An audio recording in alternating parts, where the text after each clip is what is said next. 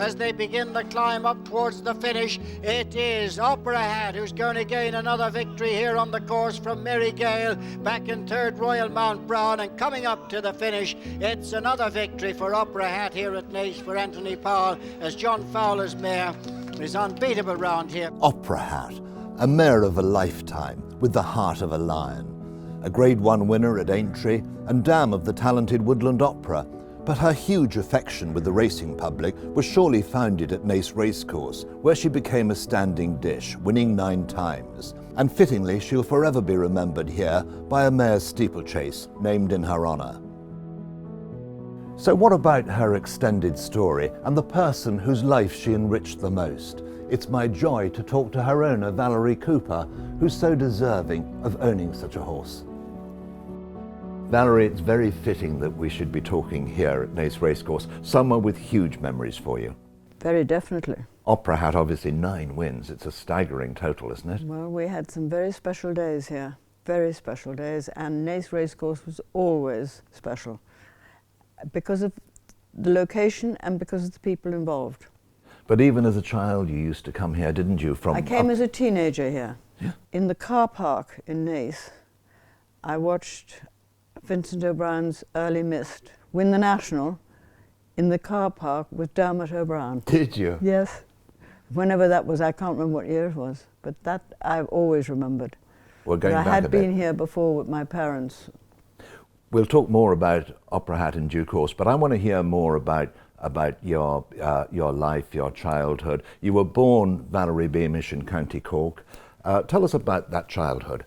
It was an incredibly privileged childhood. I had freedom that no child could ever have had. I was the eldest, eldest of 3 of us, and my mum loved farming, and we lived on a farm. My father worked in the brewery. Provided you turned up for meals at the correct time, you could do anything you wanted to. Schooling was not a great success, I will have to admit, but I went to national school in Glanmire, riding the pony trap pony down there, and I used to, during the play hour, which I think was about 11 o'clock, I used to give them all rides, and I charged them a penny apiece, and I used to be very proud of myself. Ponies were with you from the word go, were they? Absolutely. Started with the trap pony, to be honest, because in those days there were no cars on the road much. And hunting became a passion? Oh, total passion, absolutely total passion, yeah. Show jumping and this wonderful horse activity. Tell me how he came into your life and where he brought you. Well, before him I had a wonderful mare called Mona Moore, and she was about 14.2, 14.3, and she carried me in my early teenage years and she was very successful. And then I was left some money from my grandfather, and I bought Activity off a great friend of my parents called Glenn Brown, and it sort of escalated from there. But he was something else, wasn't he? I mean, he took you all over the place. He took you to the continent. He took you to the Horse of the Year show, Blackpool, where you were a big winner. Tell us about those days. Oh, they were just wonderful days. They were, again, we were so privileged because I never had any help or anything. I did muck them out and did all the bits and pieces that you have to do. But on top of all that, one also didn't exactly go to bed at 7 o'clock in the evening. No, they were great days, and the people I was with and travelled with were great fun to be with, and really it was just, I don't know how to describe it, to be honest. You went to the continent. The army, of course, held sway in those days. Oh, without any doubt. I mean, they very, very definitely did. And I was 3 times the only lady rider, because Ina Bromhead, who was the first lady rider to go with the army, I can't remember whether the horse went wrong or she gave up or what. Anyway, I got the call up, would I go to, I think it was Blackpool, and there was a big show in Blackpool in those days. And needless to say, I said yes. And how I got there and how I got back, really, I don't even remember, but it all happened. We're talking about your late teens. I remember you telling me how you used to drive your trailer, your horse, your father, when you were 14 years old. Oh, absolutely. Oh, absolutely. I had no license, and my mum had a farm van, and Dad gave me a present of a single trailer with a canvas top, so as I could be able to lift it off the car things, etc. And I went to gymkhanas, and I went hunting, but so long as I was once I was home for dinner, nobody seemed to mind where I was. I just went. When did racing come into your life? Racing came in, I just always enjoyed national hunt racing.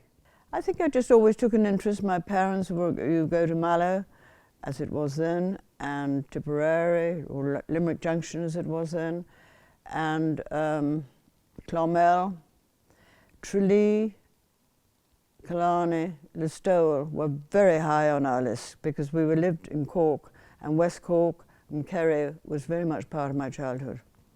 You married Tom in 1957. How did you meet him? At the Carlow Hunt Ball. He was from a legal background. His father, his grandfather, both solicitors. He qualified. He was called to the bar. He was, yeah, yeah. He got. I'm pretty sure I'm right in saying he was in Columbus, because that was all sort of early war times. He was 9 years older than I was, and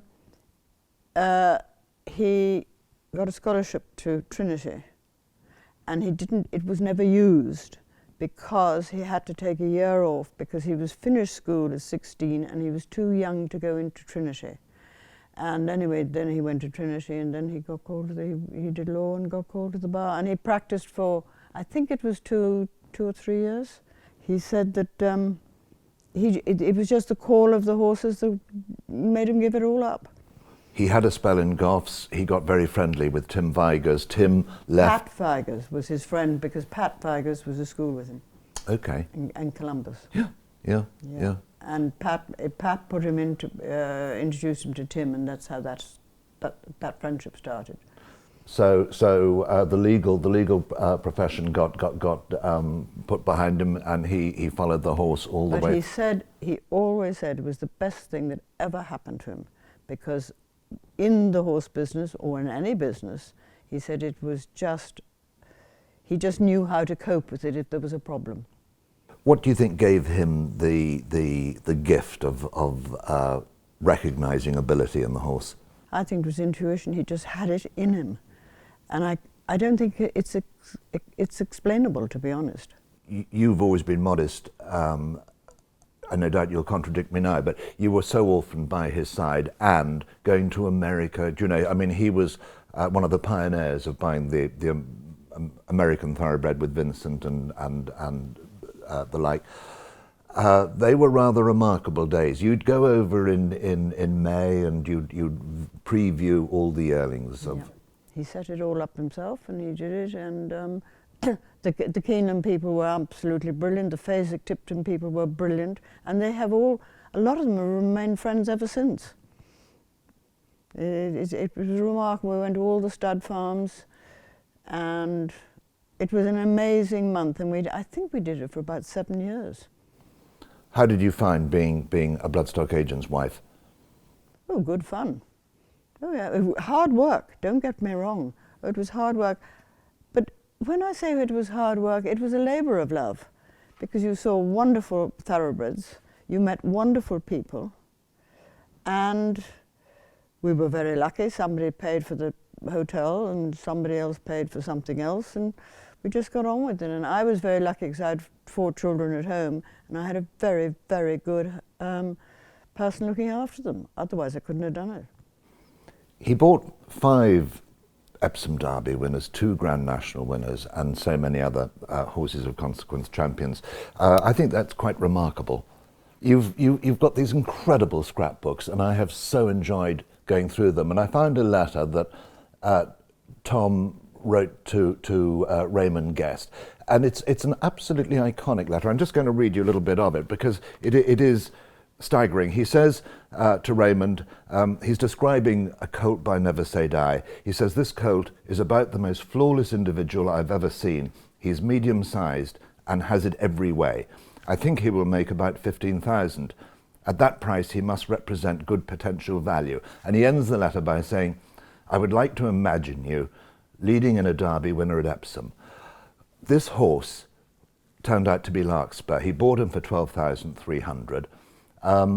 Isn't that quite extraordinary? Well, it was wonderful. I was with Tom when we went to see the horse with Philip Love up at Marley. And Tom waxed lyrical about him all the way home. And he said, I think this horse, I think Raymond would like this horse, or something like that. They were all very different types, these horses. I mean, he didn't necessarily... No, they weren't typecast at all. No, not at all. The minstrel was chestnut with an awful lot of white about him. He wouldn't have been for everyone. No, I can't remember what he cost, but he was a beautiful individual, a really lovely individual. And he wasn't very big, and he was neat and tidy. He was quite I mean, irrespective of the fact what he achieved, he was a really lovely person. Golden Fleece was a big horse. Big horse. He was a gorgeous horse. He was really, it was sad. I mean, I know he only had 1 year in stud and that wasn't a success, but that wouldn't say it all. I mean, I think it was a very sad thing that he did die, but we don't know. History doesn't relate that one. Valerie, what did Tom look for in a horse? I don't know. I don't know. He couldn't explain it, and I don't know. But he did spend a lot of time looking at them. But the head and the ears, the one thing he was adamant about, he never ever trotted a horse. Well, exactly. Be it a jumper or a flat horse, never. The trot didn't relate to a faster pace. In any shape or form. He didn't mind how they wind their legs or if they walked and well, you wouldn't have got them cantering, but once they walked correctly, as he thought, that did him. He worked, but between the two of them, he and Vincent, you know, they had huge admiration for each other. They worked well together, didn't they? They worked very, very well together. Well, they were both very quiet people and very private people. I mean, you could tell Tom anything, you never tell anybody else. And I think Vincent was very sort of similar. He's just, you know, everybody knows what Vincent achieved. And he achieved what he did through his own ability, and as I say, they could sit down together and just talk quietly. And that's my recollection of it. Caerleon was a beautiful horse. He won a French Derby. Oh yes, he was a lovely horse. He was bred at Claiborne, wasn't he? Funny enough now, another great American champion that Tom and you would have spotted in May was A.P. Indy. Now, Tom died before the sale. He died the day before the sale. A.P. Indy was sold. And Noel Oak, I personally was so pleased I did it. Noel rang me and said, I'll be back in the morning for the funeral. And I said, no, please stay and buy that horse. And he did, and he stayed, and he bought him, and he was a great success. And Noel, it was wonderful for Noel O'Callaghan. Wonderful. But what could he do at a funeral? A horse bought at the lower end, another one, was Nocturnal Spree. That would have given you both huge pleasure because... Oh, that was huge pleasure. That gave us all, because he was trained by Tom's very best friend in the whole wide world in Stuart Merlis. Again, a very quiet person. And he was bred in Limerick by Jerry Dillon, wasn't it? Yes, Jerry Dillon. And the three partners of him were, they just loved the horse. Raymond Keogh and Dennis Coakley and John O'Kelly's father, That's Dennis. Right. They're all flat horses, but I mean, two Grand National winners, very interesting horses, Team Spirit. What about Liscargo? I mean, I find that story rather fascinating. I mean, I don't remember him for his beautiful, he didn't have a beautiful head, but he must have had something that... He was a lovely raw 3-year-old, a very raw 3-year-old, rather with a very plain head. But he was a great walker. He could walk, I mean, walked around that ring as if he owned the place. And I think that was the attraction, to be honest. So one day Tom came home having bought a yearling by Strong Gale. Tell us about that, because I mean, Opera Hat wasn't for everybody. as a yearling? Definitely not. She was a very small yearling. She had very long pasterns. She had a lovely head and wonderful ears, and was a great walker. But she wasn't what you might call an eye catcher by a long shot. And he paid £3 for her, from what I can remember. What do you think made her special? Her ability and her talent, and the fact she could carry 12 stone round Punchestown at one stage. She was third in the Guinness Chase, I think, one year, carrying 11:11 or something. She was an extraordinary, and one thing I must say, we never ever had a vet bill for her. Really? She never needed anything, I mean, apart from, say, vaccinations or something, if that was there in those days. Absolutely never. She was sound as a pound. Extraordinary. She gained a huge following, and of course nowhere more so than where we are right now, Naas. 9 wins at one track. She won 15 times, but 9 at Naas. Yeah, extraordinary. And she was placed 28 times or something. She ran, I think she ran 50-something times. But she ran up and down the country and around and about. We took her to Cheltenham. She fell at the first hurdle in the Coral Cup. And she came back here. That was on the Wednesday. She came back here and she won a novice chase or some chase here on the Saturday. Carolyn Waters came into the ownership. Tell us about that. That happened because Tom bought yearlings for Roger, her then husband. Of Pink Floyd fame. Yes. And when Tom died, he rang me up and he said, if you need any help, let me know. And I can't remember how it went there. And then he divorced his wife, and his wife Carolyn became a huge friend, and she became sort of a partner, helping me with the training fees. And she was part of all her racing life, and that's how that happened.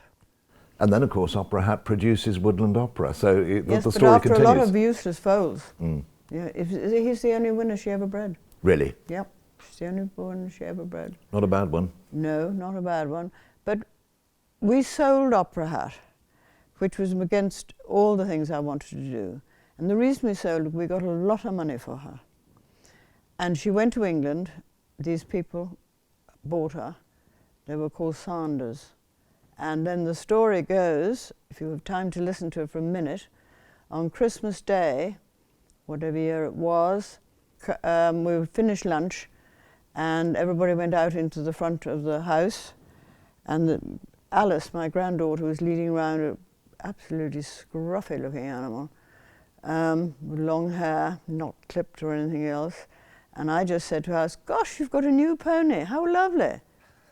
And I suddenly looked at it, it's Opera Hat.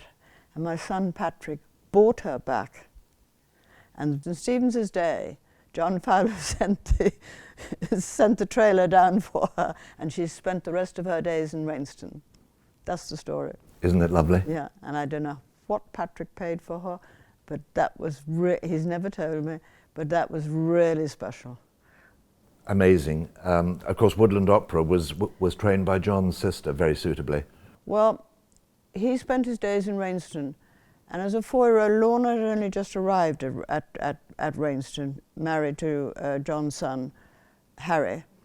And Jessie was in full flow in the National Hunt world at that stage, and so that's why the switch came, to be honest.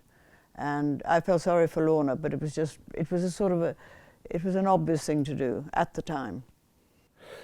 Valerie, let's talk about your children now.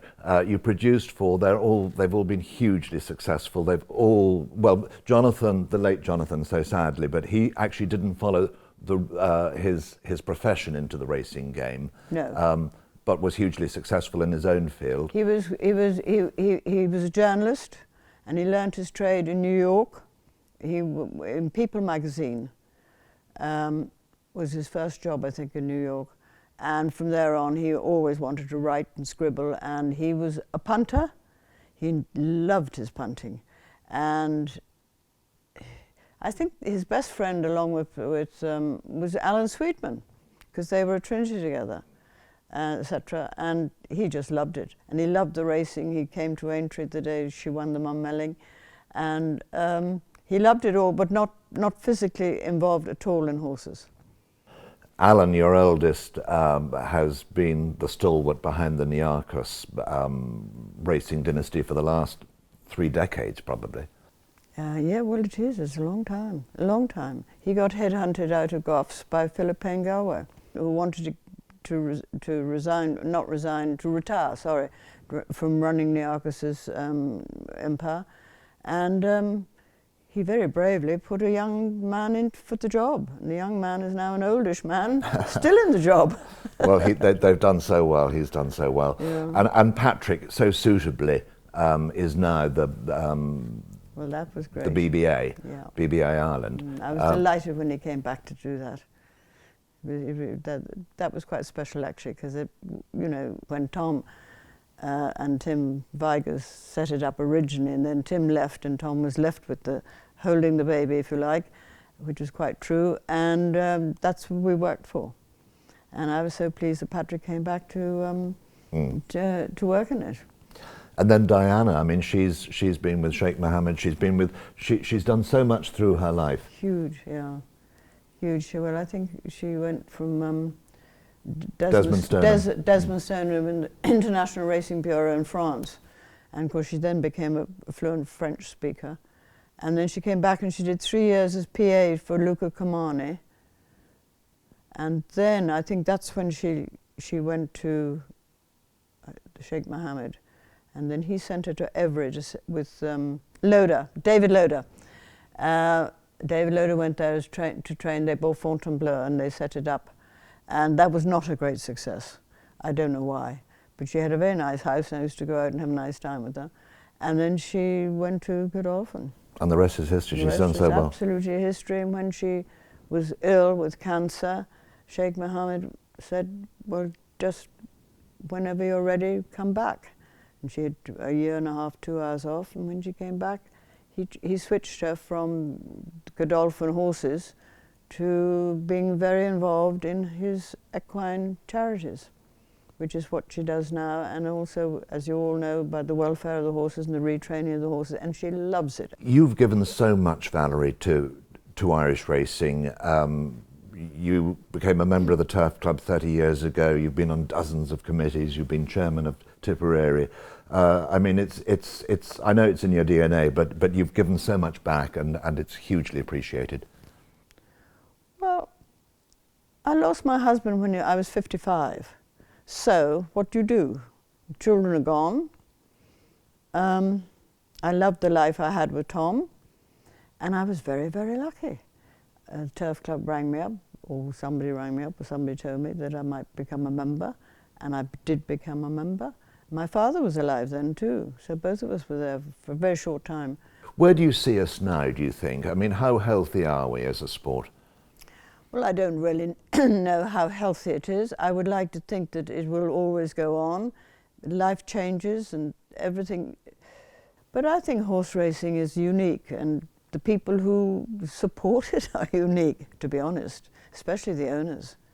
Because the owners, I don't think anybody realizes how important the owners are, because without them, what races do you have? You won't even have sales.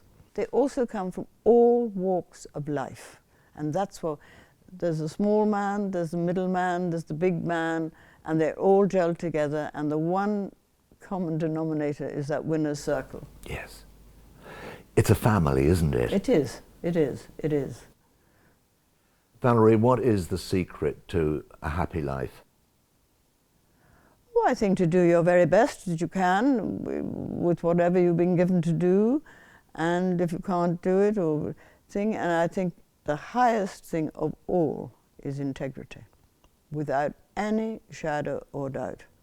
Integrity is of the utmost importance, and without it, everything collapses.